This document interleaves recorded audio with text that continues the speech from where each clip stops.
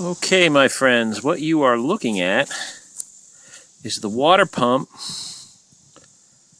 and the tube that connects to it and the bottom radiator hose from a 1997 Ford Ranger, 4-cylinder. Let me show you the beast right here. There it is. Can you see that in there? So what we had to do is we had to replace the water pump and the thermostat. And I'm just wanting to tell you that getting this thing out is a complete beast unless you know what you're doing. Here's the deal. In my model, you can see there's 3 bolts that hold this water pump on, so you'd think it'd be easy. But the problem is this pipe right here comes down, it goes behind the alternator bracket, and then comes out the bottom where this guy attaches, and also where the heater hose attaches right here. So to get the water pump out, what you have to do is you have to break this connection right here. It's kind of hard to see. It looks like it's 1 pipe, but it's not. It's 2. So what happens is this guy has to get pulled out. And if your car is anything like mine, this was all mucked in there. Very, very tough to get out. So what you do is this bracket, which is behind the alternator, you have to take off from underneath. So you climb underneath the car, right up under there. It's 2 8mm bolts that you take off, and now this guy is free. Now, people have told me you don't need to take these 2 pipes off, but I sure as hell did. So I took off the radiator pipe, I took off the heater pipe, so now this guy is just hanging.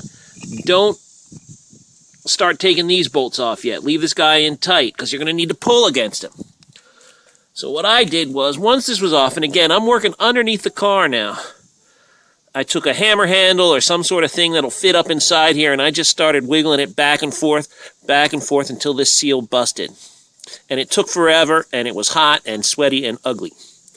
But finally, it was loose enough, and I could feel that it was loose, that I could then take these 3 bolts off and pull out the water pump.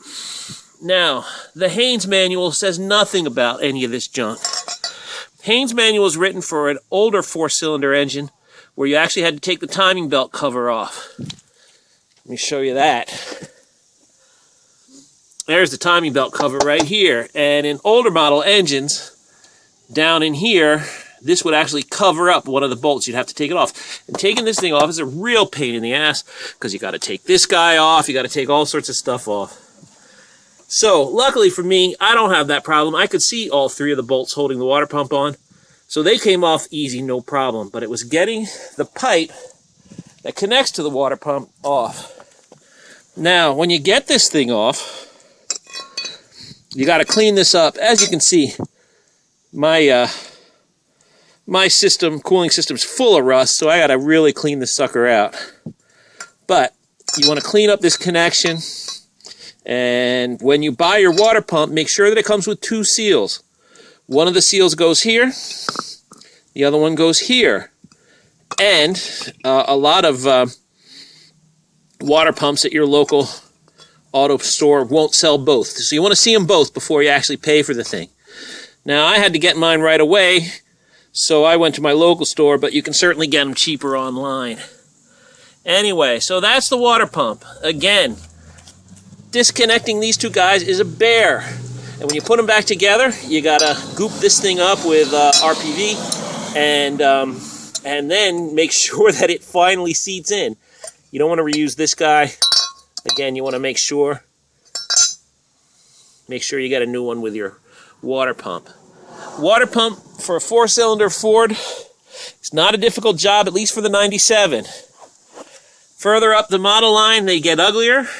But this one's pretty easy. But remember, the tough part is breaking that thing. And again, it runs behind this alternator here. So you can't actually see it.